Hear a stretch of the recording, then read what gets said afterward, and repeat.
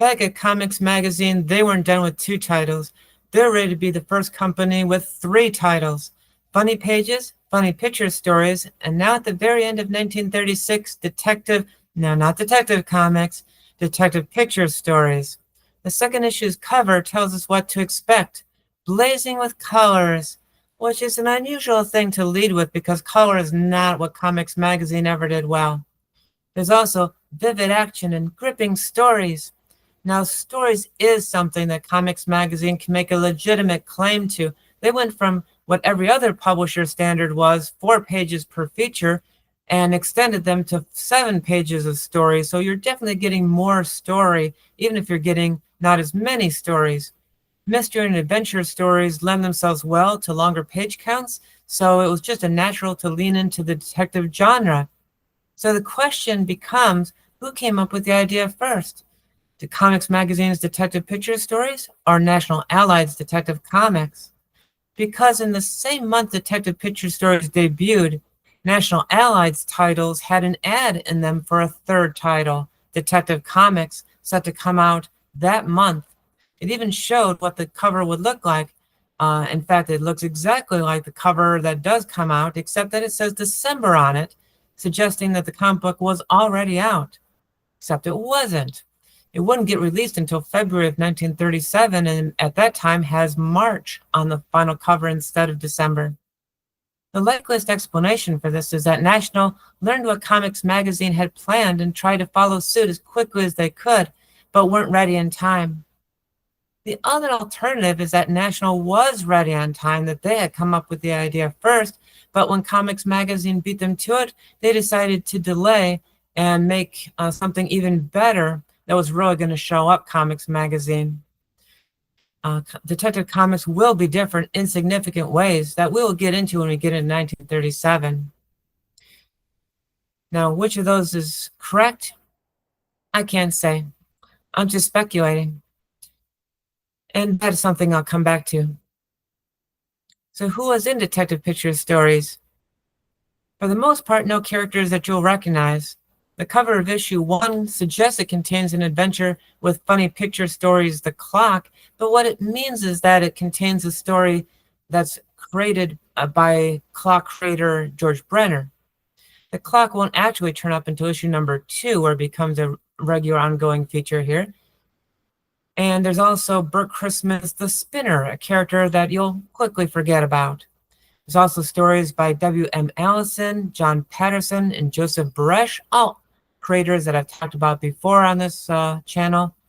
And also some new people like Art Pinajian, the first Armenian comic book artist who is going to continue to work for Comics Magazine as it becomes Centaur Comics, join the Eisner Iger Studio, and then the Funnies Inc. Art Studio, and be published by Fiction House, Fox Comics, Lev Gleason Publications, Quality Comics, and Timely Comics, all companies that don't even exist yet in 1936, though we'll get to all of them. My favorite story in the second issue is Diamond of Doom, featuring Speed Rush, a hard-boiled private eye who we'll never see again except in reprints, including my own. It's an okay story about international diamond thief Rex McCool, which is the greatest name for a villain that we get out of 1936.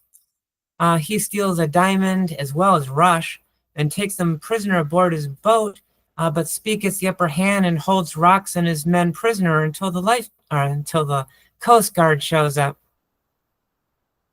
The real star of the story is Jim Wilcox, who is another pro moving into comics from Pulp Fiction illustrating, which is something that we've encountered before on this channel.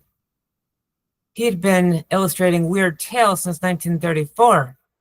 After Comics Magazine / Centaur Comics, he will briefly work for Fawcett Comics and then stay with Novelty Comics until 1948. He's also going to join Funnies Inc. and may already belong to the Chesler Studio. And now we have to talk about the studio system, which is very different from how comic books have been created since the late 1940s. Harry Chesler was a man in his late 30s at this time, who may or may not have been born a Jewish Lithuanian, depending on which sources are right. Until 1935, his main business was in outdoor advertising firm. I had to look that up. Those are the guys that put up things on billboards. Until 1935 or 1936, when he founded an art studio, the very first that would create comic books. Not published comic books, at least not yet, and we'll get to that too. The point is, the important distinction is that they created them. The studio had in-house writers, artists, inkers, or they worked for the studio without being in-house, but regardless, they packaged the entire book so it would be ready for publication, and then sold that to comic book companies, comic book publishers who wanted a new title, but didn't have the staff in-house to put one together as quickly as they needed it. Now, as of 1937, we know which comic books were created by the Chesler Studio. Our records are much better for the comic book industry from 1937 on. In 1936, this is still up in the air. If Jim Wilcox was already working for Chesler, then it's possible, perhaps even likely, that Detective Picture Stories was put together by that studio. Maybe even Funny Picture Stories was. But here at the end of 1936, we're still in this nebulous, iffy zone where I can only speculate about certain things, like I've been doing in quite a few videos so far, because of the lack of solid information that's out there. I'm really looking forward to that changing. For those of you out there, I hope that you'll like and subscribe to this channel if you haven't already, and consider supporting our Patreon, which will help ensure that I don't need to get a second job in order to keep making these videos. I don't know about you, but 1937 is coming really soon, and I hope you're as excited about this as I am. See you soon.